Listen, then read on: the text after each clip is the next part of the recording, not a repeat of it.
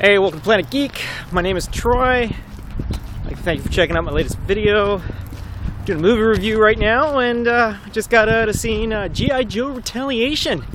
Alright, so just a precursor to my thoughts about this movie to begin with. Now, when I saw the original movie, I saw it with a bunch of friends. We all got done up in costumes, and this was just after Transformers 2, so we all set in our minds, okay, you know what? Transformers 2 was such a big disappointment that this movie we're just gonna like put it out of our minds. We're just gonna go, we're gonna have fun, whatever, and all that. And we enjoyed the movie to begin with. But the movie itself, not that good. So, when it comes to a couple of years later, the sequel to that movie comes out, G.I. Joe Retaliation, and you know what, again, I decided, you know what, I'll set it aside in my mind and go, you know what, let's just watch it for what it is. If it turns out to be cheesy, oh well. If it turns out to be fun, hey, really good. I mean, if it turns out to be bad, well, you know what, that's what this is all about, just going out and seeing movies. So that being said, the good thing is, you don't have to see the original G.I. Joe movie to watch this movie. They have a little previously on G.I. Joe sort of sequence. It's a little Gargoyles reference I just did there. Where they explain what you really need to know about this movie. Like what happened in the previous, it's not that important, but you know what, hey. You're introduced to the main characters, you're introduced to the main bad guys, and where they are and what's happening to them. And that's about it, alright? And it just takes you from there. So, on scale, this movie is much smaller than the previous one. It's sort of like the feeling between Terminator 2 and Terminator 3, like how, like, Terminator 3 was like this big epic thing that involved the whole entire world, not just this one little section, but it seemed a little smaller because there was just something about it that just didn't seem as thrilling as Terminator 2. But this has a much smaller cast, which is nice. It helps the movie move a little better when you've got a core group of small group of good guys fighting the big group of bad guys and all that. So, you know what?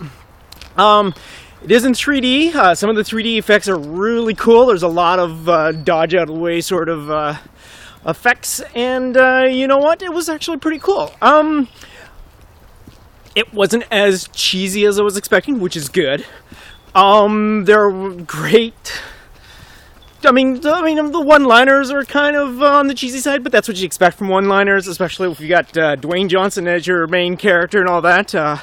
Second movie this year so far. Next one coming up is like the Fast Furious 6. So, you know what? It was good. Cast was great. The effects were good because there was a lot more that was just simple practical effects. There's a big sequence that is all like a mix between guys on wires and special effects dummies. But other than that, there's a lot more practical effects with explosions and like not over the top friggin' power suits that allow you to run through traffic at high speeds, dodging missiles and all that. Ugh, parts about that first movie, not so much.